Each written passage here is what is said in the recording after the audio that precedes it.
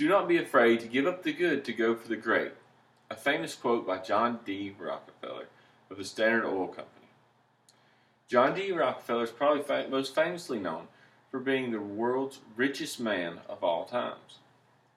Rockefeller's net worth at its peak in today's economic situation would have been around $336 billion. That is more than twice the richest man in the world in today's society. Also, he was known for being the first American to ever complete a monopoly in the United States. He did this through Standard Oil. But John D. Rockefeller gave just as much as he took during his lifetime, giving almost half of his wealth away.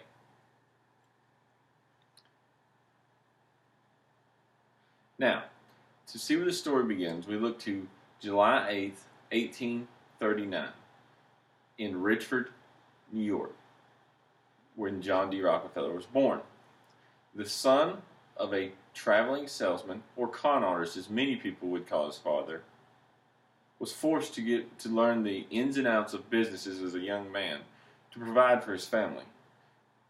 His father was notorious for leaving the family for weeks on end without coming back, without giving any money. So John took it upon himself to make money for the family. He would consider raising turkeys, selling candy to the neighborhood kids. He would also do odd jobs for the neighbors. It wasn't until the family moved to Cleveland, Ohio, where John would get his first taste in the business world. At 16 years old, he became a bookkeeper for a well-established merchant salesman. He would work there for 3 long years until he was 19. At 19 years old, him and 3 partners found themselves with the opportunity to buy into a small Cleveland oil industry. It would be this choice that would make John's life change forever. It's those simple moments that, looking back, we see make our lives. And this was one of those choices for John.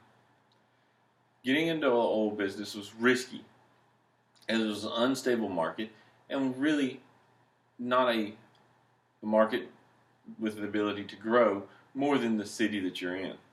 But John knew he could do better.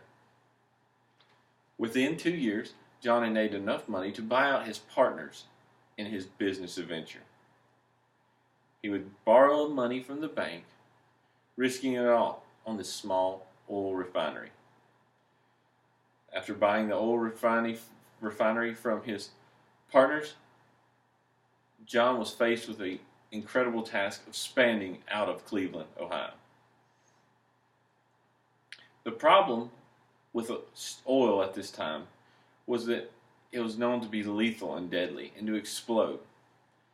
This was a fact that all oil tycoons were facing, and John would have the solution for it all. After buying up most of the Ohio oil refineries, John would be faced with a choice.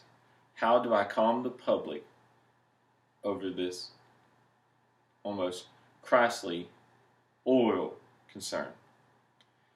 Then it came to him. Standard Oil. Just simple words, Standard Oil. But it would calm the nation. It would give the nation a trusting oil company that they knew they were getting a good product with. This would change John's life forever. His oil industry continued to grow for many, many decades until the Antitrust Acts during the 1910. At this point, John had created a monopoly. He could control the government, the railroad, anything he wanted to. And the government had to stop him. After his antitrust fight, John would then face retirement. The great killer of business tycoons, he once said. This would not be for him. Along with his fellow Golden Age titan, John D. Rockefeller would give almost $500 million to random charities and medical institutions. His wife and him would found the University of Chicago and the Rockefeller Medical Center, two of the most prominent medical facilities in the United States still to this day. John D. Rockefeller may have been a monopoly. He may have been a business tycoon, but he was also a man that made America. He was a father of the business industry we all see and enjoy today. Heck, every gas station you go to, Rockefeller family owns part of the old name. Just think if he would have done it today.